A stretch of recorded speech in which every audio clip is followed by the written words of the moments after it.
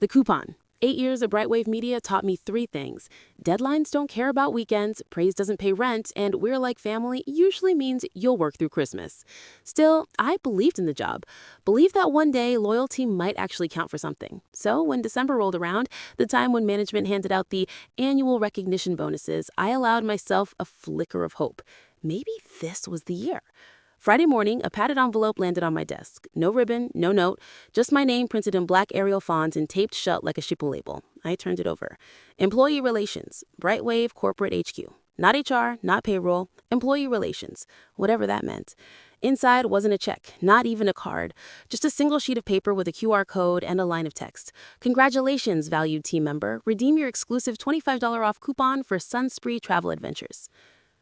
A coupon for discounted travel packages.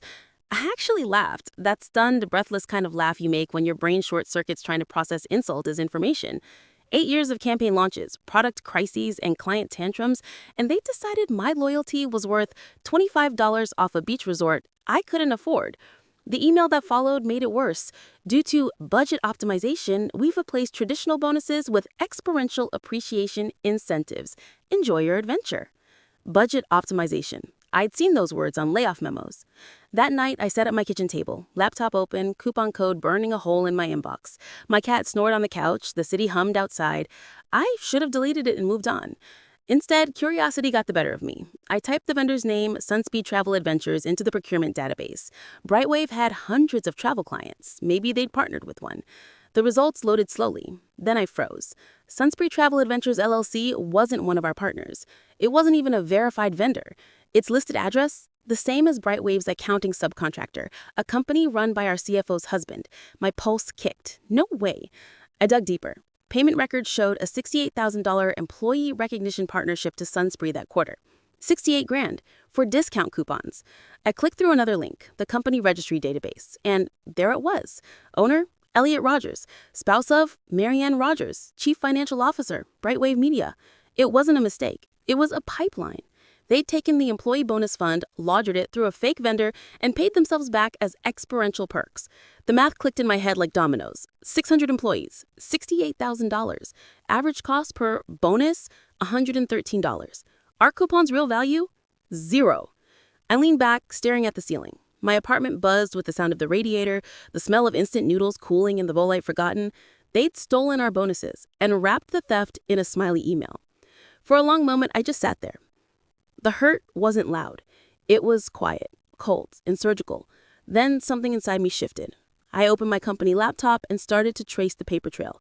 Each invoice, each approval, each payment authorization from Marianne's account. Every one of them routed through employee engagement initiatives. By midnight, my desktop looked like a crime map. Spreadsheets, screenshots, cross-references, and sitting in the middle of it all, the $25 coupon that started it. It wasn't anger driving me anymore. It was precision. If they thought I was just another name on a payroll spreadsheet, they were about to learn I also managed the company's client data dashboards, and hidden in one of those dashboards where no one ever looked was something I hadn't told anyone about, not even IT. A data sandbox, encrypted, invisible to upper management, where every procurement log synced in real time. By 2 a.m., I had the full list, 14 invoices, same vendor, same signatures. They hadn't even tried to hide it properly. That kind of arrogance deserved an audience, and I already knew when to give them one. Brightwave's quarterly all-hands celebration was on Monday. Theme, honoring our team's dedication. I smiled, small, sharp, exhausted. If they wanted dedication, they were about to see what mine looked like. Monday arrived wrapped in fake cheer and free pastries. The office lobby glowed with silver balloons spelling out "Thank you, team," and a slideshow of smiling faces on loop. HR interns darted around with branded coffee cups, pretending everyone wasn't silently dreading another round of corporate speeches. I sat at my desk, headset plugged in but no call connected, scrolling through spreadsheets like it was just another Monday. But inside, my heart thudded with every refresh. The data was still syncing perfectly. Each fraudulent invoice backed up on 3 drives, one at home, one in the cloud, one hidden inside an archived client campaign folder labeled Q2 Visual Assets. I'd spent the entire weekend triple-checking every timestamp and signature. Nothing fabricated, nothing emotional, just facts. Cold, clean, bulletproof. At 9:42 a.m., my manager Ben swung by my cubicle wearing his usual too-tight smile. "Hey, Lissa, don't forget the all-hands at 10. Marianne's announcing the new performance incentive structure." I looked up, pretending interest. Wouldn't miss it, I said. He grinned, oblivious, and moved on. 10 minutes later, I uploaded a password-protected file titled Vendor Payments Audit Confidential to the share drive, visible to all senior management. The password was simple, thank you 25. Then I set a delayed email delivery for 10:45 a.m. to CEO, head of HR, compliance department, and, just for flavor, the company's general counsel. Subject line, unreported related party transactions, immediate attention. I attached the file, typed to one line in the body, and hit schedule's end. Evidence enclosed. Please review before the all hands concludes. At 10 sharp, the company gathered in the atrium, rows of folding chairs facing the big LED screen. The CFO, Marianne Rogers, stood at the podium in a crisp ivory suit, radiating authority. Behind her, a banner read, Building the Future Together. The irony almost made me laugh. She began with her usual corporate poetry. This year has tested us in ways we couldn't imagine, but your dedication has shone through. That's why we've introduced new experiential incentives designed to celebrate your hard work in meaningful ways. Applause erupted. People clapped for the free pastries, for the illusion of gratitude. I didn't. My phone vibrated quietly on my lap. The scheduled email sent right on time. 10:45 a.m. ticked closer. Behind the stage, the CEO, Dan Calloway, nodded approvingly, smiling at the crowd like a benevolent emperor. Then, mid-sentence, Marianne's tablet buzzed. She glanced down, once, twice, her confident tone fracturing. Her eyes flicked up toward the CEO, and even from the back row, I saw his smile stiffen. The room didn't notice, but I did. I leaned back, arms crossed, heart hammering. The email had landed. Within seconds, Dan's assistant, Mark, whispered something into his ear. He frowned, stepped off stage, and motioned discreetly for Marianne to follow. She hesitated, still clutching the mic. If you'll excuse me, everyone, Dan just, needs to check something briefly. They disappeared into the corridor, leaving HR to awkwardly fill the silence. So, let's give another round of applause for our amazing leadership. The applause was scattered, confused. I stared at the spot where Marianne had stood, imagining the scene unfolding in the boardroom next door. The CEO reading my email, scrolling through 14 invoices tied to his CFO spouse, realizing it wasn't just an anonymous tip. My name wasn't on the message, but the breadcrumbs were there. The timing, the audit structure, the file tags. Anyone who knew the system would know it came from inside finance analytics. And that was fine. Let them wonder. I gathered my things, calm and deliberate. If everything went the way I expected, HR would invite me to a meeting before the day ended. They'd try to frame it as clarifying your recent file activity, and I'd play dumb, just long enough to see what cards they held. As I shut down my computer, a message pinged in the company chat. From Ben, manager. Can you stop by the small conference room at 2 p.m.? Marianne and Dan want a quick word. Perfect. Right on schedule. I replied, of course. Then, just before logging off, I uploaded one more file to my encrypted sandbox, a recording pulled from Brightwave's internal audit training sessions. Marianne's voice, crisp and professional, declaring, transparency is the cornerstone of integrity. I smiled. It would make a nice opening quote later, the kind that went viral. As I left my cubicle, the sound of nervous whispers filled the office. Something had shifted in the air, that uneasy silence that always follows when power realizes it's bleeding. By 2 p.m., I'd be sitting across from two people who thought they owned this company. They were about to find out I owned the truth. The small conference room on the 6th floor was colder than usual, the kind of chill that didn't come from the air conditioner but from the tension in the air. The blinds were half closed, letting in slanted streaks of sunlight that carved through the silence. Dan, the CEO, sat at the head of the table, his expression a carefully curated mask of calm. Marianne sat beside him, lips tight, fingers tapping a pen rhythmically against a notepad. Ben, my manager, hovered near the door like a man who'd rather be anywhere else. Alyssa, Dan began smoothly, thanks for coming on such short notice. I gave a polite smile, setting my notebook on the table. Of course, what's going on? Marianne leaned forward. We just had some unusual activity this morning. Certain internal documents surfaced, sensitive ones. Her tone was clipped, too careful. I tilted my head slightly, feigning confusion. Sensitive? You mean like financials? Dan interjected, his voice calm but sharp at the edges. Let's not play games. You work in analytics. You have access to transaction data. We received an anonymous report, and it contained very specific, confidential information. We'd like to know how that happened. I looked between them, keeping my voice steady. Are you saying someone accessed the company's financial logs without authorization? Marianne's pen stilled. That's what we're trying to determine. And you think it was me? You're one of a handful of people who could have compiled that level of detail. I shrugged lightly. Then I guess you should check the access logs. They'll tell you exactly who did. Dan's jaw tightened. He knew the trap. The system logged every query, every access point, every timestamp, and I hadn't touched anything I wasn't authorized to. I'd built those dashboards after all. My work had always been meticulous. Ben cleared his throat nervously. I think maybe Alyssa was just doing a routine check, right? Exactly, I said smoothly, turning toward him. We've been tightening the vendor data filters all quarter. If something looked strange, I might have flagged it automatically. I let the silence stretch, watching Marianne's composure crack slightly. You've seen the report, haven't you? The one that mentions Sunspree travel adventures? Her eyes flickered, and that was enough confirmation. Dan shifted in his chair, arms crossing. That's irrelevant. What matters now is the source of that information and why it was distributed outside the approved compliance channel. Outside compliance, I repeated. You mean the department you fund through the same budget account that paid those invoices? The pen in her hand snapped clean in half. A thin streak of ink bled across her knuckles. Dan's gaze hardened. Careful, Alyssa. No, you should be careful. Because the files you're talking about weren't just sent internally. They're time-stamped, digitally verified, and the recipients include your legal department. If you try to delete or edit anything now, the audit trail will expose it instantly. The room went still. Marianne's mouth opened, then closed again. For the first time, she looked small, cornered. Dan exhaled through his nose, his calm mask slipping into something colder. You've made a serious mistake. Do you have any idea what kind of damage this could cause to our reputation? I met his gaze steadily. Not as much damage as stealing from your employees. He pushed back his chair sharply. That's enough. You're suspended, effective immediately pending an internal investigation. Ben looked like he'd been slapped. Wait, Dan? Not another word, the CEO snapped. Alyssa, hand over your badge and company laptop. Security will escort you downstairs. I didn't move. You're sure you want to do that? I'm not asking.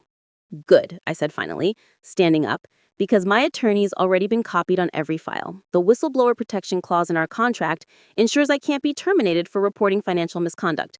And since those emails are now part of legal review, deleting them would constitute evidence tampering. I leaned in slightly, my voice low and deliberate.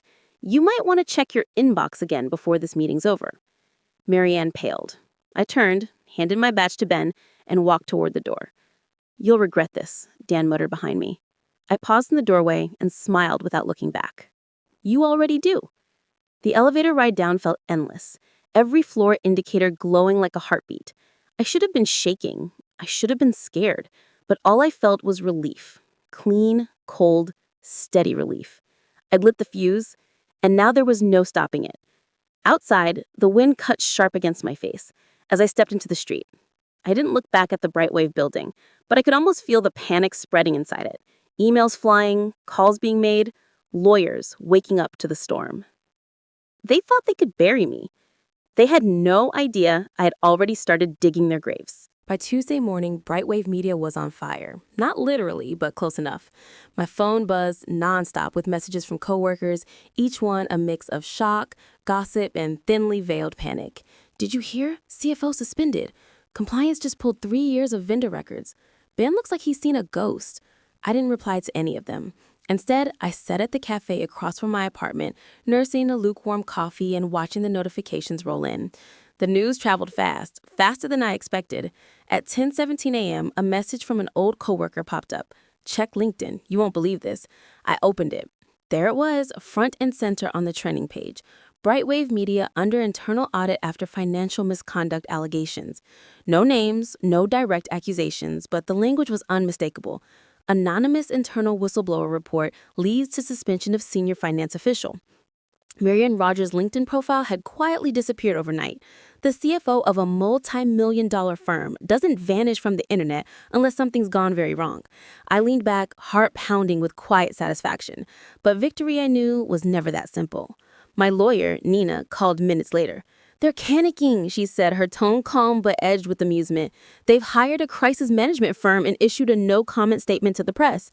Also, congratulations, you're officially listed as a protected informant in the compliance case. I laughed softly. Protected, huh? Doesn't feel like it. It will, Nina said.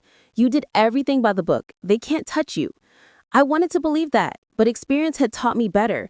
Power doesn't surrender gracefully. It claws, it manipulates, it rewrites the story until it looks like the villain was just disgruntled. I didn't want them to give that chance. So I opened my laptop again and began writing. Not for HR, not for the media, but for myself. A detailed account of everything that had happened. The bonuses, the fake vendor, the confrontation, the suspension. A complete timestamp log of my side of the story. If they tried to twist the narrative, I'd already have my receipts. By noon, the company issued a terse internal memo.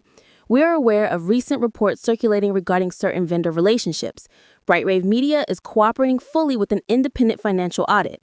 While this process is underway, please refrain from speculation or external communication on company matters. Translation: don't talk, don't ask, don't look too closely. Within hours, rumors spread that Marianne had been escorted from the building by security. Someone even claimed to have seen her crying in the parking lot, shouting into her phone. I didn't believe that part. Marianne didn't strike me as the crying type. But it didn't matter. The damage was done. Dan, meanwhile, tried to control the bleeding. He posted a tone-deaf motivational quote on the company's intranet. Adversity reveals true character. The comments section lit up like a matchbook before being disabled 10 minutes later. Still, the employees weren't stupid. They'd connected the dots. Someone had finally taken a stand, and the story was spreading through Slack channels faster than management could contain it. I didn't post anything. I didn't need to. The silence was enough. That evening, as the sun dipped behind the skyline, I received an email from an unknown sender. The subject line read, "Thank you." No message, just a single attachment. A scanned copy of a canceled check. The payee line said, Sunspree Travel Adventures, LLC. The signature matched Marianne's. The amount? $68,000. I stared at it for a long moment, then closed the laptop slowly. The universe had a strange sense of timing. Nina called again later that night. "You've stirred up more than you realize," she said, her tone calm but edged with amusement. "The board's investigating Dan now, too.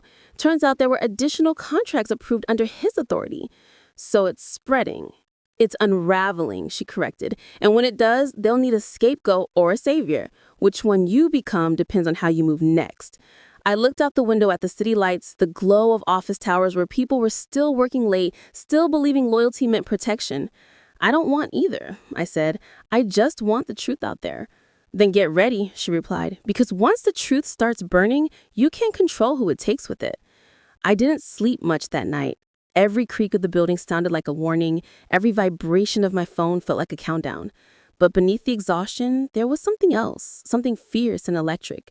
I had started something I couldn't undo. And deep down, I didn't want to. Brightwave thought this was the end of a scandal.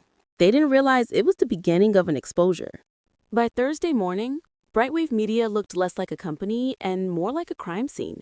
Security badges were deactivated by the dozen, executives vanished into closed-door consultations, and the rest of the staff operated on hushed whispers and caffeine. The building's usual hum of confidence had turned into the nervous flutter of people realizing their safety net had holes. From the outside, I was gone, suspended, forgotten, irrelevant. Inside, though, my name was echoing through every department like static. The whistleblower, the one who found it. She's the reason this is happening. I hadn't spoken publicly, not yet. But when I logged onto LinkedIn that morning, my inbox was overflowing. Recruiters offering discreet discussions, journalists fishing for details, and ex-employees thanking me for doing what they couldn't. I scrolled past them all until I saw one message that made me stop cold. It was from Dan Calloway. Subject: "We need to talk." Against my better judgment, I opened it. "Alyssa, I believe we've both been played by the same people. Let's meet. Off the record. 5 p.m., Conrad Hotel, bar level. No lawyers." My stomach tightened. It reeked of manipulation, but something about the phrasing, "both been played," hinted at desperation. Dan Calloway wasn't a man who begged. If he was reaching out, he was bleeding. I forwarded the email to Nina with one line: "If I don't text by 6 p.m., call the press." Then I went. The Conrad Hotel bar was dimly lit, full of the quiet clink of expensive glassware and people pretending their lives weren't unraveling. Dan was already there, in a dark suit, staring into a drink like it held the answer to everything. He looked smaller than I remembered, less CEO, more tired man. "You came," he said when I approached. "Curiosity," I said, "not forgiveness." He gave a hollow chuckle. "Fair." I sat across from him, arms folded. "So, what's your play here?" He sighed, leaning back. "Marianne is gone. The board suspended her indefinitely after they traced the payments. But there's more, a lot more. The shell companies, the vendor accounts, they weren't just her doing. I didn't flinch. You signed the approvals. I did, he admitted, but I didn't know where the money was going. She told me it was for a vendor partnership initiative tied to employee engagement metrics. I trusted her. I almost laughed. You trusted her because she made you richer. His eyes flicked up sharply. You think I didn't notice the missing funds? You think I didn't care? He leaned forward, voice low. Alyssa, she's been siphoning money for years. Not just bonuses, not just fake travel perks, advertising budgets, supplier contracts, even client reimbursements. I looked into it after your email. She covered her tracks through offshore accounts linked to the Rogers Consulting Group. Her husband's firm was just the front. And now you're trying to make her the fall guy, I said flatly. The fall woman in this case. He didn't deny it. The board will want a clean break. They'll need someone to confirm how deep it went. You're the only one who has the data, the raw evidence. You want me to hand over my files? In exchange, he said carefully, the board will issue a statement acknowledging your role in exposing the misconduct. You'll be cleared publicly and compensated. I stared at him for a long time. So you want me to help you bury her and save yourself? No, he said. I want you to help save the company. You worked here 8 years, Alyssa. You built half the analytics systems they still depend on. Don't let it die because of her greed. I took a slow breath, letting the silence stretch. You're asking for trust, Dan. The same trust you shredded when you suspended me. I made a mistake. No, I said quietly. You made a choice. He looked down, and for a moment I saw something flicker. Guilt, maybe, or exhaustion. You're right, he murmured. But maybe we can both fix something before it's too late. I slid a folded envelope across the table. He frowned. What's this? A summary of the audit logs. Not the full data sets. Enough to prove the scope. You'll find what you need and what you're afraid of. He opened it. His face went pale as he scanned the page. This shows multiple signatures, including mine. Exactly, I said. So when the board asks who approved the fraudulent payments, you can either lie and get caught or tell the truth and survive. He looked up, panicked. You're blackmailing me. No, I said calmly.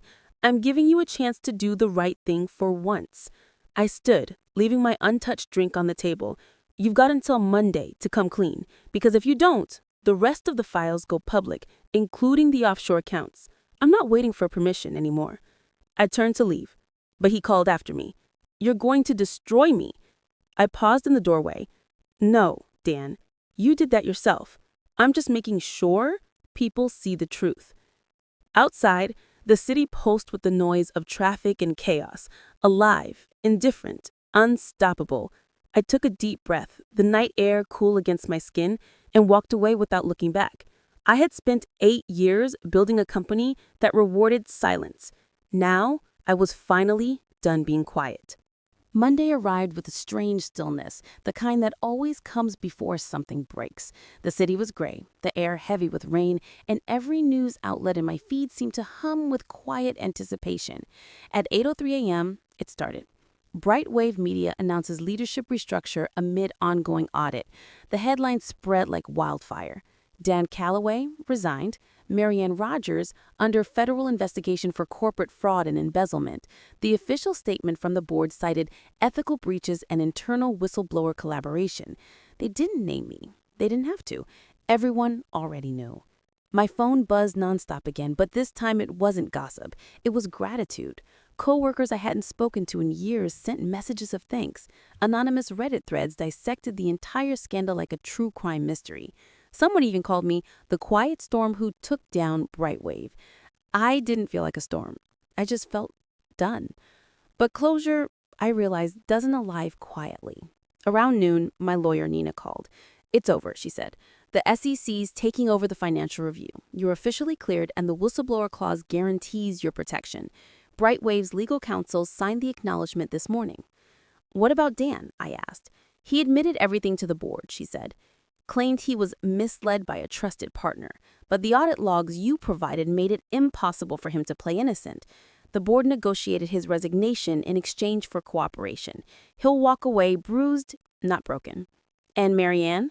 She's finished, Nina said flatly. The paper trail led straight to her husband's offshore accounts. The feds froze their assets last night. I exhaled slowly, my chest tightening with the weight of everything I'd carried. So, that's it? That's it, Nina confirmed. You did what no one else had the guts to do. I thanked her, hung up, and sat in silence for a long time. 8 years of my life had been tied to that company. I'd given it late nights, holidays, everything I had. And it had given me a coupon and a reason to fight back. Now, it was over. But the victory didn't feel loud. It felt clean, sharp, necessary. By late afternoon, my inbox pinged with one final message from Brightwave's HR department. Termination of suspension, immediate clearance restored. I almost laughed. The company I'd just helped dismantle was inviting me back. I clicked reply and typed one sentence. Thank you, but I prefer working somewhere integrity isn't an optional value. Then I hit send. That night, I met Ben for a drink at the same bar where Dan had begged for his redemption. The air buzzed with low music and the murmur of afterward conversations. You really did it, he said, shaking his head. They're calling you a legend in the office. Don't, I said, smiling faintly. I'm not a legend. I'm just someone who finally stopped letting people get away with it. He raised his glass to not getting away with it then. We clinked glasses, and for the first time in a long while, the sound didn't echo with guilt. A week later, I started getting offers, real ones this time. Compliance departments, ethics committees, risk management firms. Everyone wanted the woman who exposed Brightwave. But instead of jumping back into corporate chaos, I made a different choice. I built something new. The Integrity Index, a small consulting firm that audited companies for internal transparency. No politics, no fake employee appreciation, just truth, accountability, and people who cared about doing things right. I even framed the $25 coupon and hung it on the office wall, a reminder of how it all began. The tagline beneath it read, "Never underestimate the power of an underpaid employee with a conscience." 6 months later, I received one last envelope in the mail. No return address, but the handwriting was familiar. Mary Ann's. Inside was a single line written in perfect cursive. You ruined everything I built. I smiled, folded the letter neatly, and slipped it into my drawer. No, I whispered to myself. I rebuilt what you broke. As the city lights flickered through the window, I realized revenge had never really been the goal. It was justice. And justice, when done right, doesn't roar. It simply exposes the truth and walks away.